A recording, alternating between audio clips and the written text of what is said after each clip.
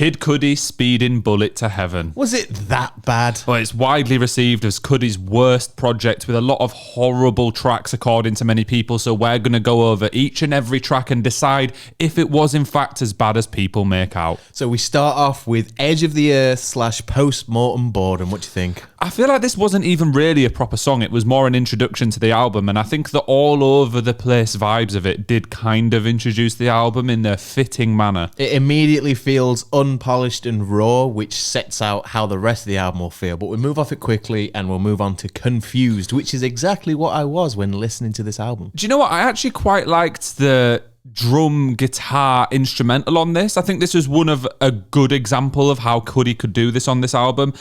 There was a lot of whoa, which you expect from a Cudi track, but I thought that this was all right as a proper first track, decent. Yeah, the instruments I really enjoyed. It's a very introspective track if you listen to the lyrics, and it kind of sets the scene as to why this album how it is, because he's kind of laying everything out on his sleeve and he's saying, look, this is me, this is how I'm feeling. So it kind of, gives you an idea of what's to come, but we move off that into Man in the Night. Instantly much angrier vibes. A lot more focus on the guitars as well in this one than I would have expected.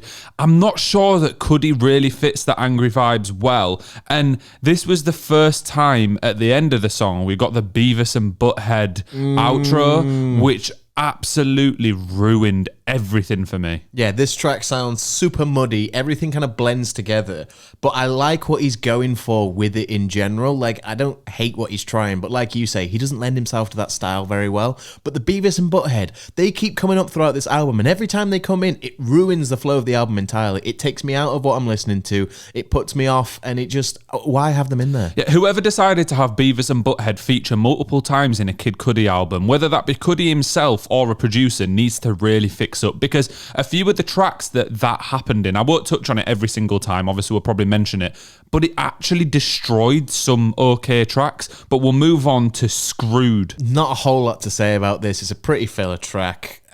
Yeah, I don't have much to say. It exists. Yes. There was some more strange noises in the background, but it wasn't particularly offensive. As a calm song, it was all right. We move on to Fade to Red, which I've got written down here is my first punk track, because it genuinely sounds like something that you would make in like high school.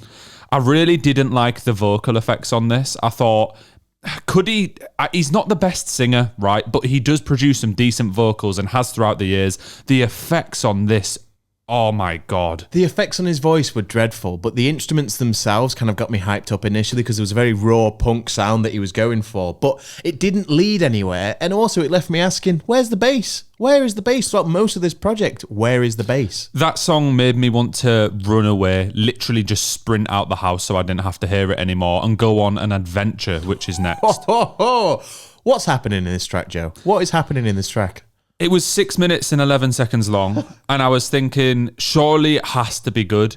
And it actually wasn't that bad, in my opinion. Genuinely, I think it was all right. It was calm throughout. There wasn't too many angry vibes. It wasn't a great song. I wouldn't even say it was a good song. It was just all right. I have no idea what he was saying throughout the track. I couldn't make out anything that he was saying. The instrumental Bogus is out. I don't know what's happening. I just don't know what this track is. And it ends with another Beavis and Butthead. And it's like, why ruin a bad track with even more ruin? Beavis and Butthead can actually go do one. But I thought that this was a better example of Cudi working over them kind of like guitar rocky style instrumentals. Again, not amazing. We'll move on to The Nothing, which I think is very self-explanatory. It should have been the title track for the album, to be honest with you. The Nothing. That would have been a great name. Well, I don't want to say anything more on that, so Amen is up next. Bro is just making noises into the microphone at this point. Like, it genuinely sounds like he's deep throating the mic and he's just going throughout the whole track. What's going on? What's going on? And I feel like I've heard the same instrumental like 5 times already. It's like he went, oh yeah, let's make a more rock guitar themed album, and then just use the same stuff, copy and paste, straight in Ableton, just clip some guitar sounds in and go, that'll do. Another wasted instrumental though that goes nowhere, because these instrumentals have legs, and if they were to build up to some kind of breakdown or go a bit heavier at some point, but it's just the same 4 bars over and over and over again, and it gets tired. We move off that into Handle with Care. again, I don't know. I wanted to find more that I liked about these songs, and I think there were moments in this where it was okay. There were a few little bits where I was like, oh, this is vibey. But again, some poor vocals really let it down. I think the acoustic guitar working with Cudi's vocals, that's really nice. I think they lend to each other very well. And it actually sounds like it's going to be a good track from the intro, but then it needed to go somewhere at about 1 minute in, but it just doesn't. And I think that's a main issue with this record, is that none of the tracks feel finished. They just feel like, oh, I'll just do that 5 times and then we'll call it a track and it'll be done. So should we move swiftly on to Judgmental C and... Yeah, Edgelord Central much. This track just personifies Edgelord. For me, this is what... If you put into ChatGPT, create an angsty song, this is what it'd come up with. But I actually think that AI would do a better job. This is the most punk track that we've had so far, and there is a cool instrumental, but yet again it becomes boring because it doesn't go anywhere. And I also want to say, going off the previous acoustic track into this, there is no flow to this album at all. And I mean, the Beavis and Butthead breaking everything up anyway, but there's no cohesion as an album. It just makes me think that he needs to fully commit to one of the styles. And if he were to fully commit to punk, I think this album would come up levels. If he actually went a bit shouty, if he actually started to get aggressive with it, it could work pretty well, but he just doesn't commit to anything. Seance Chaos up next. Weird sampling, cool effects on the guitar, quickly turns to shit, can't even make out what's happening. I actually thought the instrumental on this was a little bit better. It seemed like they'd put a bit more thought into it, but the Cudi vocals, I'm not joking, actually made me laugh out loud at one point. Yeah. Like, I actually laughed because I was like, I don't know what he's saying. He's just making weird noises in the background. It genuinely entertained me.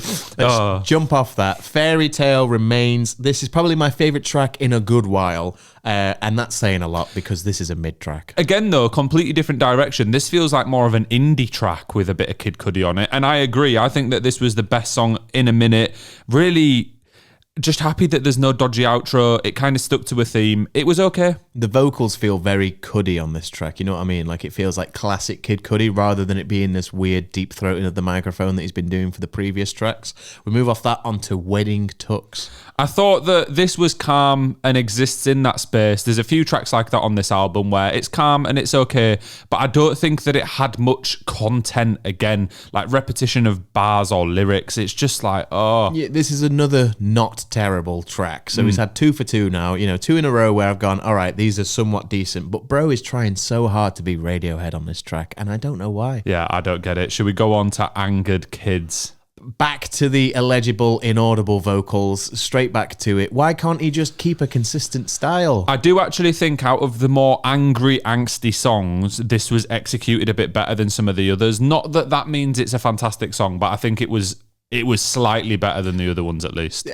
This is like GCSE song making 101. It's just the most basic guitar, most basic everything. Everything just sounds awful. I don't like it. We go on to Red Sabbath. Red Sabbath, a weird name. Is he going for Black Sabbath, a play on that maybe? I don't know. It had a dark feel to it though, and I actually think that it executed it really well. It made me perk my ears up for a second and had a couple moments where it had a eeriness about it. Yeah, the intro guitar kind of sounds a little bit like a System of a Down track, which I was quite intrigued by. But again, it didn't really go anywhere. It's a bit of an edgelord track again. He's being edgy with it, and another Beavis and Butthead outro just to ruin the whole thing. Again, that song would have actually been pretty decent, but you would never add it to your playlist because you're going to have to skip it when Beavis and Butthead come in. Yeah. Strange decisions. Shall we go on to...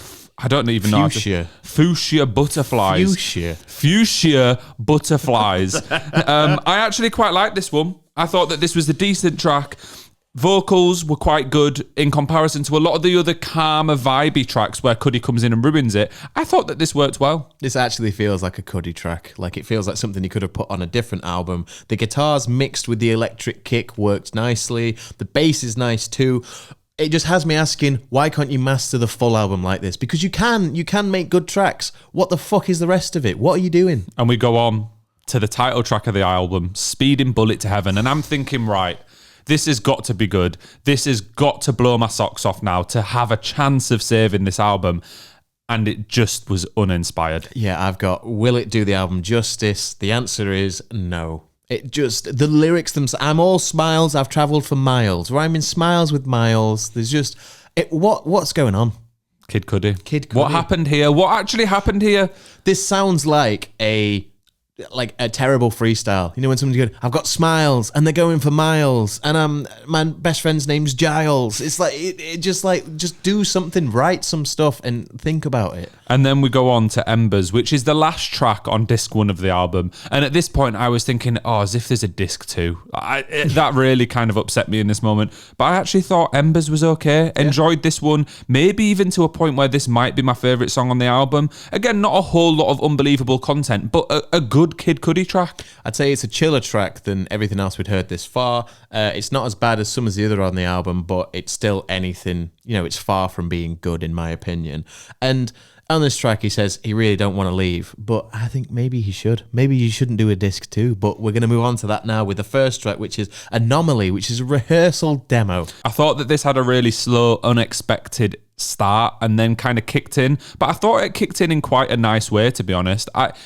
It was okay. Do you know what? I feel like the problem is I keep just saying it was okay, it was all right. And I think I've actually lowered my expectations because some of the tracks have been that bad where I'm like, at least I can listen to this and not be truly offended. Yeah, to me, this sounds like the first part anyway is like ambient sound with a lorry backing up. It just beep, beep, beep all the way through and it was driving me fucking nuts. And I don't understand what it is with the rehearsal demos because to me, they sound the same quality as some of the finished tracks off the first disc. So if these are rehearsal demos, what the fuck are the full tracks then? But we go on to the return of Chip Douglas, which was not a rehearsal demo. What did you think of that one? Was his bro pissed when he's doing this? Like drunk for anybody who doesn't understand the terminology of pissed, because it sounds like he's pulled out an acoustic guitar and he's just...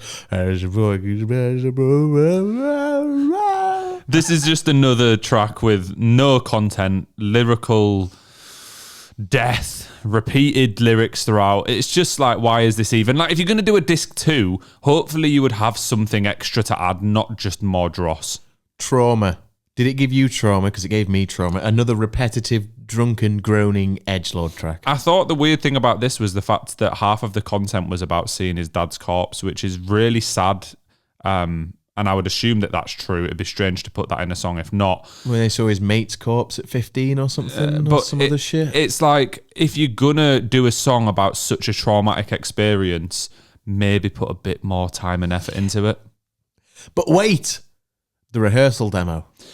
This was one of the better of the angrier tracks, in my opinion. I actually think that if they'd have done more in this style, it would have been better. Like, this could have been better on disc 1, fitting in with those angrier tracks to actually give the album more of a flow and a feel. Yeah, and again, this being a demo just makes you think, well, the rest of your album's full of demos then. If this is the quality of a demo and the other ones are the quality of ones that you're going to release as full tracks, where's the difference? I really can't tell a difference. And it just sounds, again, like he's a shit freestyler on this track. It just doesn't sound good. I don't know what he's going for. We move on to Insides Out. At this point in the album, I felt like I was just completely tuned out. I can't lie. Do you know when you're just like, oh my God, there's another one. It's still going. I actually thought there was some recovery on the vocal front. He's actually delivered some good vocals. He's got some nice high notes in there. And it makes me wonder why he didn't use this singing melodic voice on other tracks for the album, because it could have lent itself really nicely. But it seems like there's like 3 or 4 tracks on here where you think, yeah, there's Cudi. Where the fuck have you gone for the other 20 on tracks that are on here? Yeah, it really doesn't feel like a Kid Cudi project for the majority of it, and I think that that's clearly what he was going for. But we'll go on to Speeding Bullet to Heaven acoustic demo. Still don't like it, but I think it works better as an acoustic track than it does on the original. Literally exactly what I've got. It's a decent version of a song that's not too good, but I think that it improves it to a good level, if that makes sense. This was worth waiting around for, in my opinion, because this actually works so much better as like a punk track, and it feels like he's letting himself go the most on this track, which I would have liked more of on previous ones. I think the difference with this one is the vocals are still pretty rough in moments, but it's used in a better way where it feels like it's purposeful and it's not just the entire track, and then the vocals get good again and it brings a bit of energy. I didn't mind this one at all. It would have worked really nicely with a mini breakdown in there, but it leads up to nothing. And with that breakdown in there, this could have been a genuinely decent punk track and it would have worked. And we go on to the last track of the entire 26 track album in Melting. This is a chill track, and it actually sounds like it's been mixed well. I will give him that on this record. I think that this ended the album off quite nicely, actually, and I needed a calm moment so I could put together some thoughts on the album as a whole. But what were your thoughts first, Tim? This album had me wondering, could he? And it turns out he couldn't. Oh my God. Oh, it's going to be the end of us one day. I swear, we're making dad jokes at this point already. For me, this album had a few moments where I actually thought, oh, this is quite a unique sound. Cudi does well on this. Or, oh, this is a typical Cudi track. Really chill vibes, really good. And controversially, I actually think if you cut it down to 10 tracks, it'd be good. Like, you'd probably find quite a lot of enjoyment in it and end up adding a few to your playlist. Obviously, get rid of Beavis and Butthead from any track because they were horrible. But there were moments. There were definite moments. And I think if you cut it down to 10 to 12 tracks and also cut the songs down to maybe 2 minutes max, then a lot of the tracks would work so much better. Because they get to a point after 2 minutes where you're like, yeah, I've heard this on the past 4 tracks. I don't need to hear another minute of this terrible instrumental that you've got going on. Every element mixes into each other. The vocals, the guitar, the drums, you can't really pick anything out. And I think that's across the album, is that the mixing is terrible. What was going on with the mixing? Yeah, I completely agree. And I think that the vocals were the worst part for me because you come to expect from Cudi not the best singing in the world. He's not Adele by any stretch of the imagination, but he usually delivers some clean, calm vibes. And in a lot of this, especially when he was going for more angry, angsty vibes, he just ruined it. It sounded like he had a cold. But the question is, Joe, was it that bad? Yes. A massive resounding yes. Even halfway through this album, when we were not even at the end of disc 1, I wanted it to be over.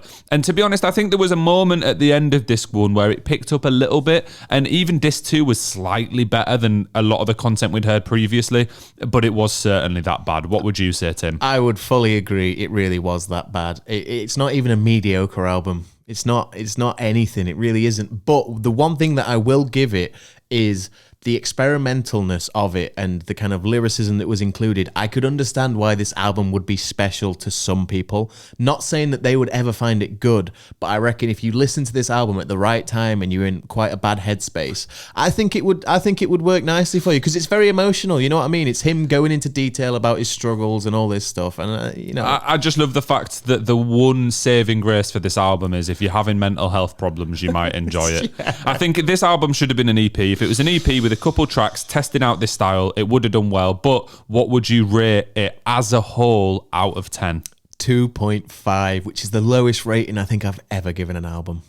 It was painful to listen to. It was a slog. I got bored. At points it had me audibly saying, what the hell is this crap? Like genuinely out loud thinking, this is terrible. But what about you? I'd give this a 1.5. Oh, fuck. I think that the couple of tracks that were decent, none were good enough where I was like, oh, this is amazing. This has done a really good job of testing out a new sound. So nothing made it onto my playlist. It's got to be a 1.5. There was a few moments where I was like, all right, but that's not good. It's still all right. And the rest was bad.